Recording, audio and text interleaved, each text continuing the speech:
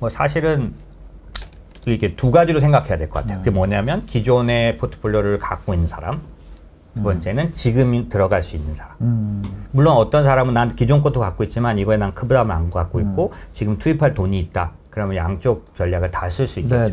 근데 사실은 개인들은 대부분 다 기존 거에서 물릴 만큼 물려서 새로 뭔가 투입할 돈은 없는 상태가 대부분이고 새로 하시는 분들은 이제 막 뭐 그런 게 전혀 없다가 하시려는 분들이겠죠.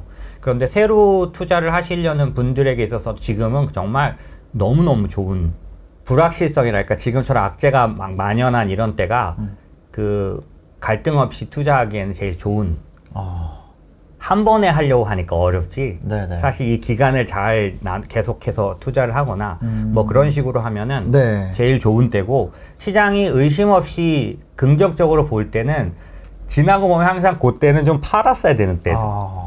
코로나 때도 그랬잖아요. 21년도까지도 삼성전자를 반 팔아서 반도체 장비에다 투자한 ETF가 있어요. 반도체 장비주 다 투자하는 거, 하이닉스부터. 얘를 반 정도 사시면 좋지 않을까요? 라고 얘기했다가 엄청 거기에 댓글에 삼성전자 왜 파냐고 막 그러셨었어요. 저는 그걸 반박할 생각이 전혀 없어요. 근데 문제는 그렇게 가졌던 그 확신이 지금쯤 되면 어떻게 됐을까? 엄청나게 너덜너덜해지잖아요. 지금도 뭐 미국 지수 기준으로 말씀드리면 나스닥 같은 경우는 한 34%까지 빠졌다가 지금 한 뭐 30% 내로 좀 들어갔죠. 그다음에 S&P도 한 24, 5% 빠졌다가 좀 올라와 있는 상황인데 이렇게나 빠졌는데 또 침체가 온다고 하니 도대체 어떻게 해야 되냐. 그러니까 이게 너무 극단이잖아요. 그렇죠. 그러니까 개인은 뉴스에 의해서 그렇게 마음이 움직여요. 그렇기 때문에 사실은 저는 그걸 반대로 해야 된다는 건 여러 경우에서 너무 매번 본 거죠. 저도 이렇게 말을 하지만은 뉴스가 막 험악하게 나오면 오 이거 어떡하지 이럴 수 있잖아요. 근데 그런데 전체적으로 봤을 때 지금처럼 이렇게 험악한 그리고 희망이 안 보이는 부분이 많을 때가 사실은 갈등은 더 없는 매수 타이밍. 요즘 투자자는 이제 한 1, 2년만 돌아보면 아 맞네. 다 봤으니까. 그래서 이런 생각을 하는데 저는 글로벌 투자해야 되는 거죠. 어느 시기에 반등이 바로 나올 수 있는 그런 지역이나 나라가 있고요. 그게 좀 지연될 수 있는 곳이 있는데 예를 들면 코스피를 나쁘다고 말하려는 게 아니라 우리는 영향을 어디서 받냐면 약간 환율에 의해서 움직일 수 있잖아요. 근데 그 환율의 원초적인 그 영향을 만들어내는 곳이 어딜까요? 미국이죠. 왜냐하면 패권 달러의 나라니까요. 여기도 반드시 뒤에 보시면 장기 뒤에 보시면 반드시 올라가는데요. 어려운 기간을 지나고 나면 시간차를 둘 때 시간차가 없을 수 있는 곳에도 비중을 높게 투자를 해놔야 되는 거죠. 그래서 저는 지금 저한테 그냥 딱 단도직입적으로 물어보시면 미국 비중을 많이 가져가셔야 될 때고요. 만약에 달러가 약세로 돌아서는 본격적으로 약세로 돌아서는 시점이 되면 신흥국을 그때 노려야 하는 거죠. 그렇다고 코스피를 팔아라 이거 아니고 아까 그래서 저는 지금 들어가는 사람과 갖고 있는 사람이 달라야 된다고 보는 게 지금 들어가는 사람은 좀 그런 걸 선택할 수 있잖아요. 미국 위주로 투자할 수 있다거나 그죠? 근데 기존에 내가 이미 한국을 다 들고 있는데 그럼 너는 한국을 팔란 얘기냐? 그게 아니라 대형 성장주 위주로 저는 반등이 나올 거라고 봐요. 그래서 한국 시장도 처음 반등 이렇게 나올 건데 한국 전체가 상당히 코스피가 좋아지는 건 대부분 환율과 연관이 있기 때문에 신흥국이 좋아질 때 제일 먼저 한국이 좋아지거든요. 그런 측면에서는 아까 말씀드린 것처럼 기존에 들고 있던 분들은 지금 팔지 말고 괜히 뭐 얘기 듣고 이거 팔아서 가치주로 가거나 뭐 필수 소비재 막 이런 데로 가지 말고 코스피에 이제 주종을 이루는 대형 성장주나 이런 위주로 돼 있는 우량주 위주로 돼 있으시면 뭐 인덱스라면 당연히 그렇고 이런 경우라면 기다려야 한다. 왜냐하면 많이 빠진 거 위주로 처음에는 반등이 나오고요. 100%죠 뭐. 그런 다음에 그 반등 구간 다음에 이제 다음을 주도할 업종이 그때 또 더 세게 오르기 시작하잖아요. 그래서 처음에 많이 빠진 게 오르는 그 구간에 내가 수혜를 못 입고 만약에 바꿔놔가지고 안 올라가는 걸 들고 있게 되면 그때부터 벌써 엇박자죠. 그렇기 때문에 사실은 예전에 그런 성장이나 이런 부분들에 대해서 이제는 기대할 수 없으니까 종목이라든지 개별로 좀 해결해야 된다 이렇게 생각할 수도 있는데 실제로는 코스피가 엄청난 그런 뭐 2배씩, 3배씩 오를 수 있는 그런 상황은 오지 않을 수 있겠죠. 저희가 봤을 때. 하지만 이제 미국 같은 경우는 금융위기 이후에 양적 완화 이후에 한 2015년, 16년도로부터 보면 2배 갈 만큼 예, 정말 그렇게 많이 오르는 게 가능했고 네네. 그 중에서도 기술 업종, 빅텍들 같은 경우는 뭐 4배씩, 5배씩 이렇게 올랐으니까 예, 그런 구간, 그 다음에 코스피로 예를 들어드리면 2009년도부터 2011년도까지 3년 동안 현대차가 800% 올랐어요. 왜냐하면 그때가 차화정 시대예요. 자동차 화학정유. 무슨 얘기냐면 그래서 무슨 딴소리야. 코스피가 4배를 갈 수는 없지만 예. 이 업종이 갈 수는 있죠. 근데 종목은 리스크가 크지 않습니까? 네네네. 차화정 시대에 가장 그 희생타는 쌍용차였었어요. 자동차인데 걔는 막 그때 막 인수되고 막 난리치면서 예. 엄청 시끄러워져가지고 오르지 못했거든요. 그러니까 당시에 현대차도 많이 올랐지만요. 자동차 업종 ETF도 못지않게 올랐어요. 자동차 전체에 투자하는 거죠. 인플레이션이 높아서 지금 긴축을 하게 된 거고 긴축을 한다고 해서 그게 침체를 갖고 온다는 것 때문에 이렇게 빠진 거지 않습니까? 결국 네. 보면 스토리텔링으로 보면 네네. 그 인플레이션의 원인이 만약에 70년대처럼 그렇게 스태그플레이션을 가져오는 원인이라면 사실 이거는 지금부터도 상당히 두려워할 만큼 그러니까 과거의 숫자로만 보면요. 만약에 침체가 동반되지 않은 그런 약세장이라면 한 20에서 한 25% 사이 조정하면은 반등을 했는데 네네. 침체가 동반되면 35에서 40% 빠졌어요.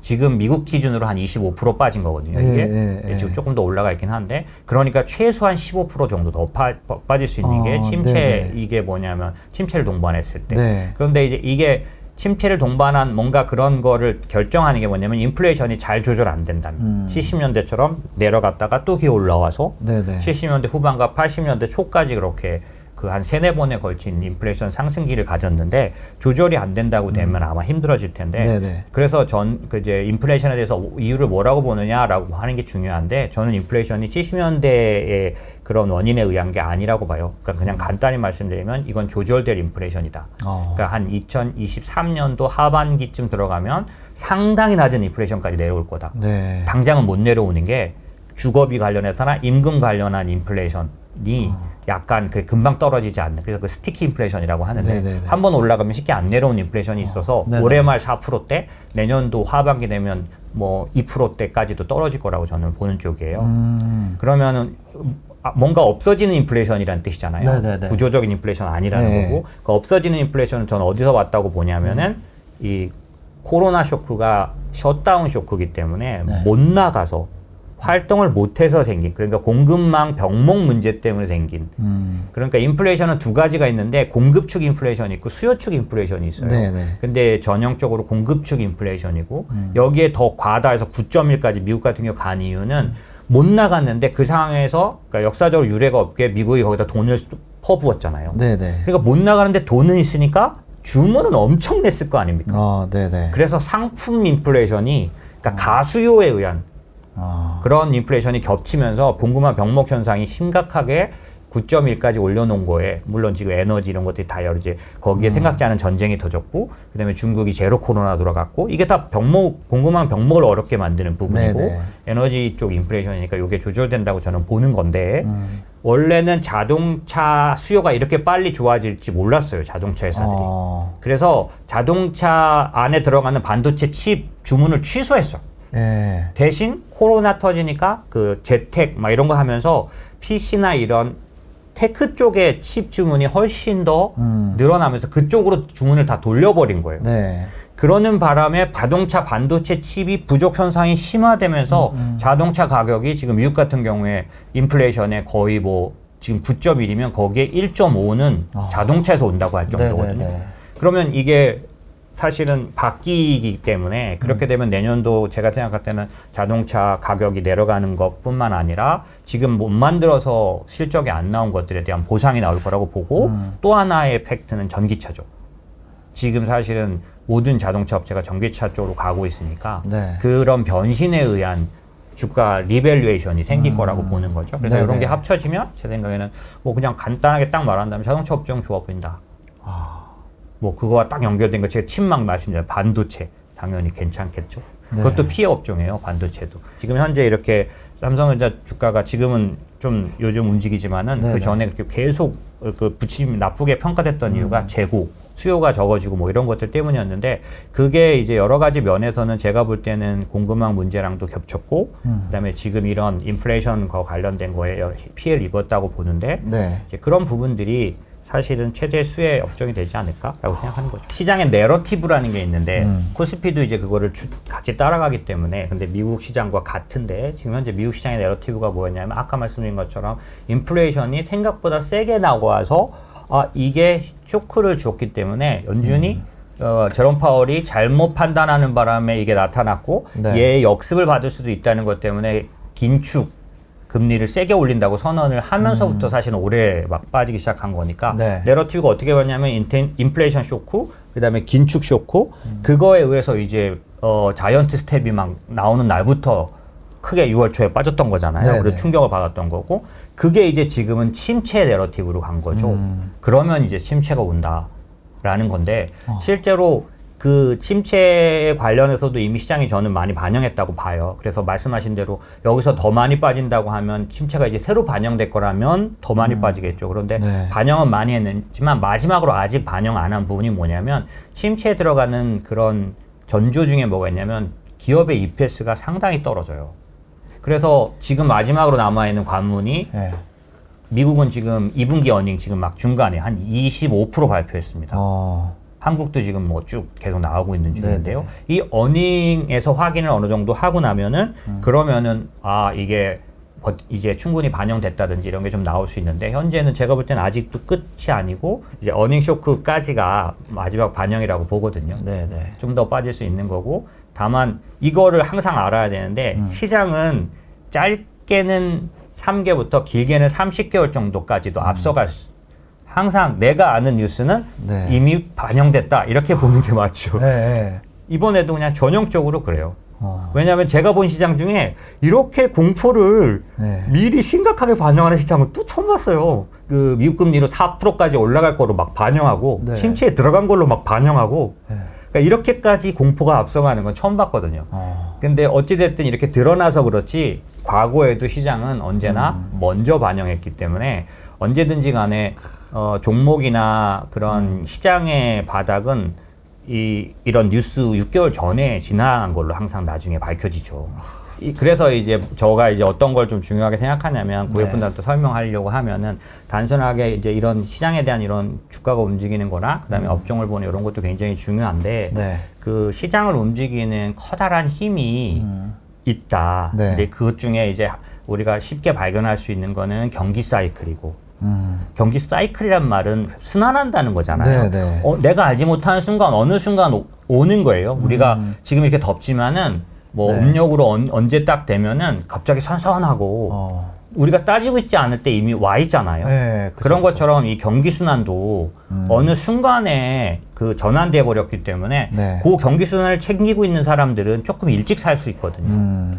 그게 이제 저는 시장을 움직이는 보이지 않는 힘이 하나고 네네. 두 번째는 뭐냐면 그 소위 말하는 유동성이라고도 말할 수 있는데 이게 세계화와 그 다음에 기술의 시대 사이클이라고 말할 수 있는데 1970년, 80년, 90년 요때를 세계화 시대라고 보통 전형적으로 말하는데 네네. 냉전의 시기가 끝나고 나서 네네. 이제 중국이 메인 시장에 진입하고 이랬을 때 모든 국가들이 서로 교류하면서 간 국가의 부가가치가 교역량에 의해서 대부분 늘어나는 시기를 저희는 세계화 시대라고 해요. 네. 그런데 이 세계화 시대가 끝나가는 시점이 되면 약간 얘기가 달라지는데 왜냐하면 서로 교류를 안 하니까 네. 교역에 의해서 기업들이 성장을 못하는 거죠.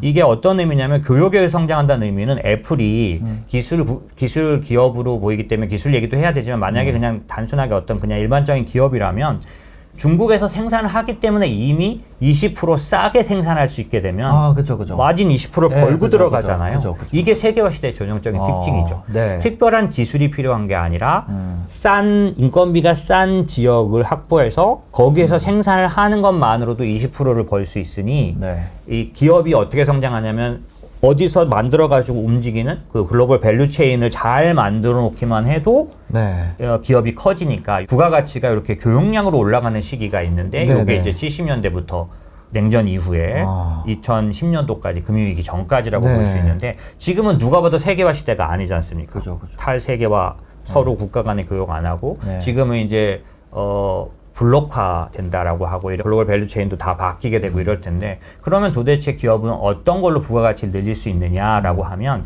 지금부터 어떻게 될 거냐를 알아보기 위해서는 과거에 어땠는지를 볼 필요가 있는데요. 70년대 세계화로 들어가기 전에 1920년부터 70년 초까지 한 50년간 세계화가 아니라 냉전 시대였었어요. 그럼 그때는 기업이 뭘로 돈을 벌었나 봤더니 기술 발전으로. 그러니까 지금 우리가 사용하는 모든 기술이 다 이때 나왔어요. 냉장고도 우리가 지금 쓰고 있는 아주 중요한 기능들은 이때 다 개발됐고요. 의학 쪽에서 모든 것도 마찬가지고 그다음에 비행기를 보면 가장 빨리 날르는 비행기가 콩코드 예전에 마하 있지 않습니까? 그때 이미 지금 세계 최고는 갔죠. 지금 그런 빠른 게 없을 뿐이지 안 하는 거잖아요. 필요가 없어서. 그런 기술은 그때 다 나왔어요. 이미. 근데 왜 그랬냐면 그때는 교역으로 부가가치를 늘리지 못했기 때문에 기술 개발에 의해서 기업이 성장할 수밖에 없는 시대였거든요.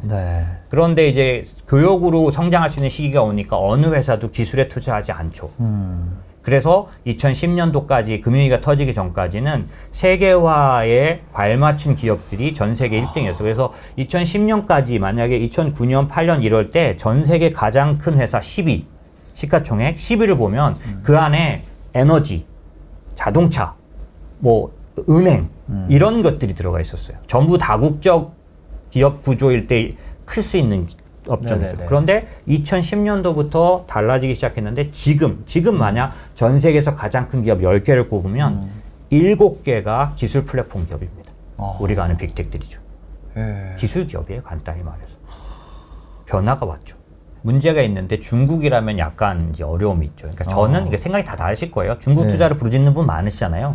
제가 그분들 틀렸다고 말할 그런 정도는 없고 저는 투자하지 않기로 했었어요. 중국에? 예, 왜냐하면 어떤 거냐면 작년도에 시진핑이 빅텍을 규제하기 시작했을 때 그 이유가 뭐냐면 공동부유 인민도 모두 공통적으로 부를 누려야 된다. 선부론이 아니라 그러니까 뭐 그런 것들로 바뀔 때 그 논리는 그렇게 그럴듯하게 내놨지만 사실은 올해 9월에 자기가 3년임을 해야 되는 것 때문에 그런 건데 자기의 3년임을 위해서 지금 미국과 패권 전쟁을 하는 데 있어서 이 기술 패권은 가장 중요하다고 할 수 있거든요. 이걸 깨부셨잖아요. 무슨 얘기냐면 저는 개인의 그 이익을 위해서 국가의 이익이 그 실행당할 수 있는 이런 구조화에서는 언제든지 작년 같은 일이 또 벌어질 수 있다. 그러면 믿고 투자할 수가 없다고 보는 거죠. 바이두나 알리바바를 좋아하지만 저도 엄청 많이 투자가 들어가 있었거든요. 하지만 지금도 그 기업들이 좋아질 수 있다고 보지만 거기에는 리스크가 따르는데 지금처럼 갑자기 어느 날 문 닫아 걸고 얘네 상장 폐지한다든지 그렇기 때문에 투자할 수 없다 이렇게 생각했었고요. 기본적으로는 발전 가능성이나 이런 거 많죠. 근데 데이터는 그렇지가 않아요. 예를 들면 인덱스로 보면은 중국은 지나간 10년 동안 투자했다면요. 생각보다 중국이 지나간 10년은 아주 정말 눈부신 성장 기간이었거든요. 근데도 성적은 어떠냐면 10년 동안 전체 통틀어 35% 났어요. 사실 미국 나스닥 같은 경우에는 이게 얼마큼 났냐면은 290%대 거의 몇 배 차이 납니다. 코스피가 58% 났거든요. 아직도 한국은 외국인 투자자들의 영향이 너무 높기 때문에 외국인들이 돌아와야 하잖아요. 그런데 그 외국인들이 돌아올 때 과연 제가 지금까지 지켜본 거로는 거의 환율 보고 들어오지 달러가 강세인 국면에서는 일방적으로 좀 손해가 많은 그런 상태죠. 글로벌이 위기 국면 이럴 때 전부 달러 강세이지 약세일 리가 없지 않습니까? 그렇죠. 금융위기, 그 다음에 유럽 재정위기 때 진짜 처참한 게요. 우리나라가 나빠서가 아니라 미국과 유럽에 있는 은행들이 그 마진콜을 당하면 한국에서 주식을 팔아서 갖고 나가야 되는데 그 던진 것 때문에 그냥 처참하게 저희는 내리꽂았는데 그 미국에서 금융위기 때 2009년도에 52조 들고 들어와서 사니까 2월 달에 900이 깨졌는데 그 해 그 1,500을 넘어서 끝났으니까 그 참담함이 올랐으니까 좋긴 하지만은 그 우리나라를 미국과 유럽이 팔아가지고 이렇게 제껴놓는다는 게 사실 왜냐하면 금융위기 때 미국은 45% 빠졌는데 한국은 65% 빠졌어요. 말이 됩니까? 미국 은행 위기인데. 네. 지금은 많이 좋아졌지만 아무리 그래도 외국인 영향이 좀 있어서 그래서 거듭 말씀드리지만 글로벌 투자해야 한다. 왜냐하면 네. 우리는 이제 무슨 뭐 한국을 싫어해서도 아니고 우리 애국자인데 하지만 내 자산을 관리하는 데 있어서는 미국이 그러니까 전 세계 주식 시장에서 차지하는 비중이 한 50%가 넘어요. 네. 한국은 2%도 안 돼요. 그러니까 2%도 안 되는 데다가 90%를 갖고 있다는 얘기는 그래서 이게 행동 제목에서 홈 바이어스라고 하는 건데 자기네 나라, 자기가 속한 나라에 너무 집중적으로 투자하는 그런 편향, 바이어스가 있는데 이거를 좀 해결하는 게 장기적인 결과에 중요하다라는 얘기죠. 각자 자기의 사업을 하는 거거든요. 예를 들면 회사든 어떤 뭐 그 비즈니스라는 게 그런 거라서 증권사든 뭐 저희는 자문사든 자기가 돈을 버는 방법에 관련돼서 움직이다 보니 네. 이 주식시장에 관련된 쪽에서는 아무래도 거래가 많이 이루어져야 이제 수익이 나는 구조의 그런 비즈니스 구조를 가진 곳이 대부분이에요. 네. 그러다 보니까 이제 모든 그런 어나운서나 뉴스나 이런 것들이 이 당장의 촉각을 건드세우는 뭐 3주 내 뭐 한 달 내의 결과에 관련된 뉴스나 네. 그런 안내나 설명이 다 그 대부분인 거죠. 그런데 아까도 이제 제가 말씀드린 것처럼 고액자산가가 아니신 훨씬 더 많은 비중의 분들에게 있어서는 3주 동안의 주식 투자 결과는 그렇게 중요하지 않아요. 예, 왜냐하면 중요한 목적이 달성되는 돈들은 큰 돈이 필요하고 장기적으로만 만들 수 있는 돈이기 때문에 복리도 좀 생각해야 되고 막 이런던데 이거 지금 3주 뭐 6개월 1년에 맨날 이렇게 집중하고 있다 보니까 이게 스트레스는 굉장히 많으면서 장기적으로는 중요한 목적을 달성하는 데는 그렇게 도움이 되지 않는다라는 게 느껴지고 그러다 보니까 각자 자기가 돈 벌기 위해서 하는 일을 뭐라고 할 수는 없죠. 회사들이 자기한테 수익을 주는 그런 일들을 위해서 뭐 광고하고 소개하고 말하는 건 뭐라고 할 수 없지만 그거를 취사 선택하는 우리 투자자들, 그다음에 개인 투자자 입장에서는 너무 그런 뉴스나 그런 어떤 일반적으로 노출되어 있는 그런 얘기들에 너무 이렇게 영향을 받아서 그거에 맞춰서 고민하고 울고 웃고 막 너무 이러시는 게 좋은 결과를 가져오지 못하더라 라는 생각을 하게 돼서 요즘 같아서야 너무 힘드시죠. 저도 이제 옆에서 이제 뭐 이렇게 듣는 분 얘기들 들으면 뭐 기가 막히게 힘드시고 이러신데 그거를 요번에 이제 잘 마무리하신 다음에는 좀 패턴을 한번 좀 바꿔보시면 어떨까 이런 생각을 합니다.